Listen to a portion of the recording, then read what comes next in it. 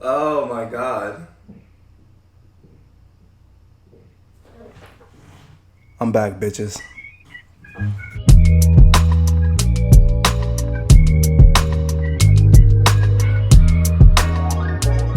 Yeah, no. This is real. This is real. What's up, family? The Concise King here. Welcome back to yet another Apex Legends video. My first in over a month, y'all. It's been at least a month, 3 weeks, 4 weeks. The holdup was I was moving, and as you can see, I'm still unpacking here, so don't judge me too hard today. But it's been a minute, guys, so I just definitely wanted to get a video out to y'all, my first in just a while. Now, guys, today's video is going to be a bit unusual than most. Usually I have a script that I got my facts here and there, but I'm just going to be talking to you guys today. And what we're going to be talking about are two legends with very good and high win rates, that being one of them my main, Wattson, and the other, Gibraltar. I find them so very interesting, and I wanted to make this video for two reasons. One, I need content back on the channel. Two, since being D-ranked, because I didn't grind in the first split of season 9, I got back to silver 2, and then I was playing a little bit on my Wi-Fi before I went out in my last place, and I got all the way back up to gold 2. But in that time that I've been playing, and since I moved in here, I've gotten back up to plat. So right now I'm sitting at plat 4, okay guys? But in this time that I've been playing two legends, one my main Wattson and the other Gibraltar. Both of those legends have very high win rates, but what is so interesting to me is that Wattson has a very low pick rate. All off the top of my head, two of the legends that I've been playing the most, that I've been having the best efforts and the best progress with when it comes to leveling up here in ranked world of Apex Legends. And not to mention, guys, they are classified as defensive legends. So consider this video my analysis of Gibby versus Wattson win rate and who has the better one, who works out the best in these fields, in these situations. I know you guys are already going off in your head, bro, it's Gibraltar, bro, what are you talking about, bro? Like, you don't even need this video, bro. But guess what? It may very well be Gibraltar, but Wattson's great too. But without further ado, guys, if you guys are new around the channel, we are sitting at 316 subscribers. My goal for about the next 2 weeks is to get to 350 subscribers. Now that content is going to be back up and running again, I hope you guys will join me in my weekly 2000 Apex Legends coin giveaway that we are starting back up next week. And not to mention our weekly 1v1 tournaments on Saturdays, where you also will get a chance to win 1000 Apex Legends coins up against winning your matchup here in the Apex games, here with the Concise King and my freaking awesome channel, which I've missed so much. And I can't wait to see you guys at the next stream. Now let's get into this video. Alright, so of course we're going to start with my main squeeze, Wattson. What does she need in order to have and sustain this high win rate? First of all, let's talk about her very low pick rate. So because she has a very low pick rate, obviously she's not looked at as the legend that everyone wants to go to and use. She's not a solo queuable legend. Respawn kind of tried that in season 8, where they gave her a mid-season update of her shield regen, and then I don't know what the freak this most recent update was of unlimited Nessies that you can place around the map. Respawn, Apex devs, if you want to answer to that.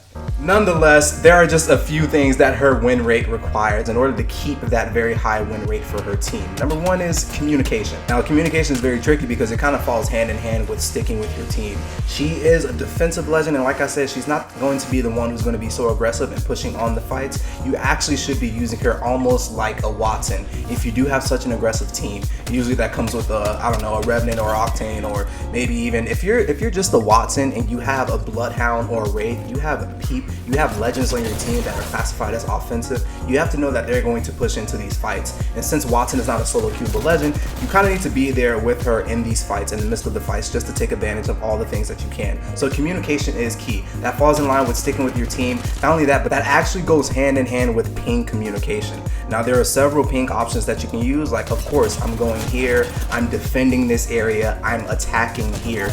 You might want to use the I'm defending this area with the defensive legend Wattson, because that is exactly what she needs to do. Now, another thing that you need to keep in mind is that Wattson needs to communicate to her team that she wants to set up a perimeter in said building, in said open space, and you can ping that by saying, hey, I'm going to defend this area. What does that do for you and your team? That just raises your survivability rate. Think about all the times where maybe you are fighting just one team. And then of course there are just several more that are going to continue to latch on. Yes, I'm talking about third parties, but if you're fighting just that one initial team, I think with Wattson, even with Gibraltar, but we're talking about Wattson right now, with Wattson, if she can create a perimeter, if she can create a safe haven, there are just a bunch of fences all around one particular building. It instills confidence in her team and knowing that, hey, if I get weak here, I can go back to this Wattson fence, this damn house of electric fences everywhere. That's going to be my safe haven, and that needs to be communicated to Wattson. Now let's move on to the next major factor of Wattson's win rate, is her abilities. Her abilities are so opportunistic, guys. They create great moments for Wattson to capitalize. Actually, let's talk about her electrical fences. This is actually one of the easiest ways for Wattson to get a kill, setting out those electrical fences. Now, I used to watch this one YouTuber, and he made a video so long ago. It was about Wattson being inducted into the Apex games and the reason how that came to be, the intention behind it. And I never really thought about it until he made this video. He said Wattson was brought into the Apex games to stop third parties, to deter third parties as much as possible. And I was like, well, how can that be? People see a fence and they tend to like shoot it, and then, you know, they attack you. But the idea of it actually, and what is true, is that when people see a Wattson fence, it's almost like marked territory. So they're not going to easily just infiltrate it, I'm not gonna lie, unless they're in a Revenant ult, because they're like, what is damage taking from Wattson's fence? I can do it. I mean, it's kind of like a 5-tick of Caustic. Why does everyone come for Caustic? I have no idea. It's like marked territory. So when people see a Wattson fence, it makes them rethink, it makes them stop and say, okay, how do I actually want to go about this fight? And now what they're deciding is they're not usually just going to walk through your fence unless they really, you know, they think they have it like that, but they'll try to weaken you through the fence. Once they weaken you, they'll take out your fence and they'll try to push in for the kill. That seems to be happening. But the idea of Wattson and her electrical fences being out in the open, holding down buildings, is that it actually buys her and her team some time. After they clean up one squad, the next squad of course is going to want to push in, but if there's just Wattson traps everywhere, it's like, okay, cool, let me think about this a bit, let me try to take high ground and, I don't know, get a couple shots on her. It's just buying you and your team some time. Now let's move on to her interception pylon, literally her electrical fence's best friend. Once you have her interception pylon, her ultimate setup, you get 3-second recharges on her electrical fences, guys. Now Wattson's win rate really comes into play with both of these abilities combined. It is the use of her electrical fence and her interception pylon. Now if you pair Wattson with, say, a recon legend, someone who is able to scan those survey beacons so that she can, like I said, communicate to her team that she wants to defend this area, she wants to defend this building, and we're gonna hold down this building, especially if this said area is in the last part of the circle, especially if we have the best positioning. It is safer and it is much smarter for you to mark your territory. The thing about Wattson is that, yes, she is this defensive legend, but what she can do that kind of other legends can't do is that she can still put her team in between two teams. Not intentionally almost, but her team can be in between two teams, sandwiched, what I mean, and still find a way to hold it down. This is the survivability that I'm talking about. This is her very high win rate. If she has those fences set up, if she has her interception pylon, if she has ultimate accelerants, enemies can't throw any kind of throwables into your building. They can't so easily infiltrate into your building. So it's really about making them think harder. And especially if those two teams are trapped outside, one of those teams are bound to fight each other. It's all about surviving with Wattson. She's not an aggro legend. She's a legend who's going to hold it down at whatever cost with her team. And that's what's going hand in hand with her high win rate. Out of all of that, the last thing that I would have to say about Wattson before we move on to Gibraltar is that her biggest threat is Crypto, especially with his EMP drone, even Caustic a little bit here and there, but Crypto can take out all of her defenses, including her interception pylon. And once she goes up against a Crypto, it kind of really weakens her team in a way that they're looking to get sent back to the lobby real quick. Now let's move on to the other, you know, hefty tank of a defensive legend, Gibraltar.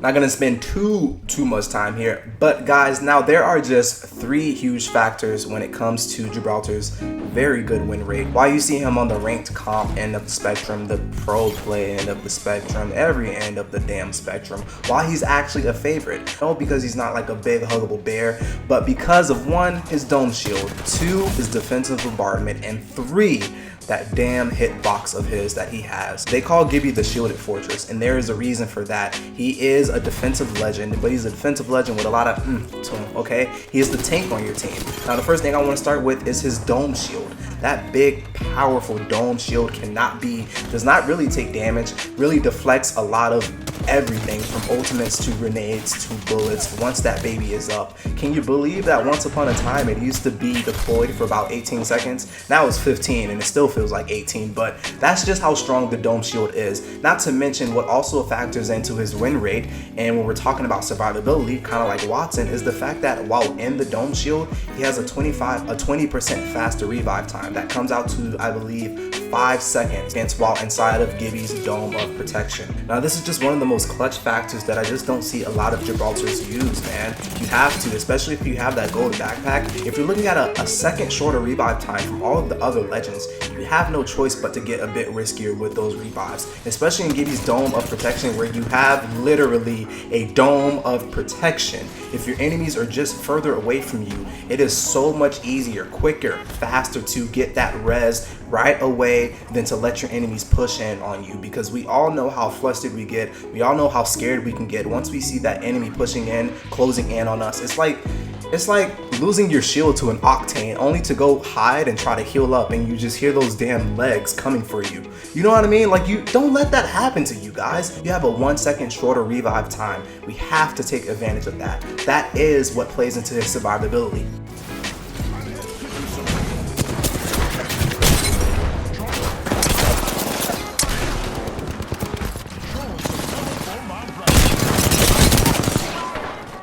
Now the next thing is literally the icing on the cake. We have his defensive bombardment. This is the icing on the cake for any fight scenario, any fight situation. You know how Bloodhound is going to use Beast of the Hunt going into the fight? Now Gibraltar can use his ultimate defensive bombardment if he's going into a third party that's out open in the field. If he maybe downs one of the teammates and they're out in the open and he wants to use the defensive bombardment to really secure the kill, or maybe that lifeline is trying to res, so you just throw your there's just a lot of scenarios you can use in order to get the upper hand using Gibraltar. But the most common way that it's used, that plays into his win rate, is when it is used at the end of a game, guys. When that final circle is closing in, there are maybe 4 to 5 squads left. You are a team that's trapped inside, but when that circle starts moving, you gotta go. You gotta go. And so you go outside, and Gibby's just waiting to throw his defensive bombardment on your forehead, guys. Like, that's when it's used the most. That's when it's the most annoying, but that's how he solidifies that win rate. That's how he and his team will come out on top. The defensive bombardment, there is a reason there is such a hefty cooldown time on that thing, because it actually saves Gibby more often than not. And it's also a great tactic to use to buy you and your team some time. If your teammate goes down in the middle of the open field, you can go ahead and use your dome of protection, throw down your ultimate inside of that dome, and get that 5-second revive. Now, if you guys don't know, the bigger and bulkier legends haven't always been fan favorites like Gibraltar and Caustic. However, they are now the last 2 legends who have such a big build of a figure. Apex devs say that they probably won't even make legends that big anymore in the future. Now, when the game first came out, I believe, in 2019, it was Caustic and Gibraltar. These were 2 legends not really seeing so much action, not seeing so much gameplay, and it's because of their size. It's because of how big they were. It's because of how fast they could not run. And so in order to serve as equalizers, Apex devs and Respawn came up with both the ideas of fortified and what we all hated the most, low profile, guys. Now, these things served as equalizers, and it was supposed to just level out both of these legends and allow them to be picked more. And so now, fast forward to 2020, 2021, we saw Caustic ruling all of 2020 until he saw those big major nerfs, and we see Gibby still kicking butt, being used more than ever in ranked and regular and casual gameplay, guys. And it's because another major factor filters into his win rate, and that's him being fortified. Now, Fortify is a little, I guess we can call it a passive perk, and it allows him to take 15% less damage, guys. And that also means that he can't be slowed by bullets, and also incoming damage is reduced by 15%. This makes Gibby the hardest one that you have to put down. He is the shielded fortress. He is the tank. He is heavy, heavy, heavy. And so if you're looking at fighting him as the last person on your enemy team, you have to be consistent with your shots. You have to take your time with battling a Gibby because he won't go down so easily. He is built to last, literally. And so that same energy that you use to take out a lifeline, a combat medic who can change the course of a fight back into her team's favor, you need to use that same energy to take out Gibraltar so that he cannot turn the fight into his favor, or maybe even get a quick res off in front of you, let alone just so you don't have to, 1v1 him. It's better if you and your teammates kill him together with more bullets.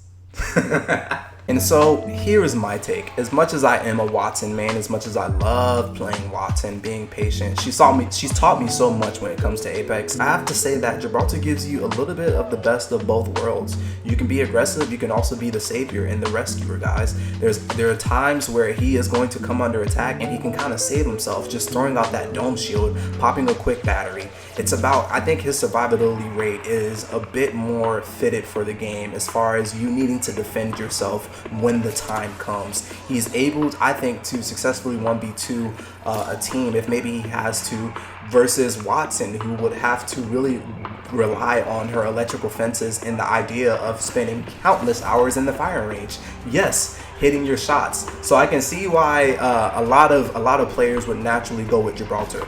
I don't play him that much, but the times that I have played him, I found him to be so convenient. I found him to be the glue to his team, really, because you come into contact of really losing and dying and being sent back to the lobby, losing everything that you fought for. But with Gibby's dome of protection, with his quick revive, with his defensive bombardment, which does ample amount of damage on your enemies, slows them for just a great amount of time too, I think there's a reason that we will never not see a Gibby when it comes to ALGS, when it comes to running a ranked game with your favorite homies, a really powerful go-to legend. Now, hopefully with Wattson and some of her reworks that she's got coming in the future, I hope they play around a little bit with her tactical, how we go about using her electrical fences. Maybe they can be discreet, self-configured. Yeah, self-configured is the word that I was looking for. Maybe her fences don't have to be so visible. Of course, I see and appreciate Respawn giving us shield regeneration when it comes to Wattson and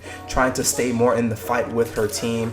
I just think right now her shield regeneration is just as slow as Lifeline's health drone regeneration before the prior buff that we got on it. Hey, wow, we did it. First video back, and we're kind of done, y'all. Let's go, guys. Thank you guys for tuning in. Thank y'all for tapping in. Man, it's good to get back to the Apex Legends content. Sorry guys, it's not as scripted as my other videos. If you guys did not enjoy it, I apologize, but if you did enjoy it, do not hesitate to drop a like on the video. Let's do a like goal of about 12 likes on this video. Let's see if we can get 12 likes on today's video. Holler at me in the comments. Who you guys going with, Gibraltar or Wattson?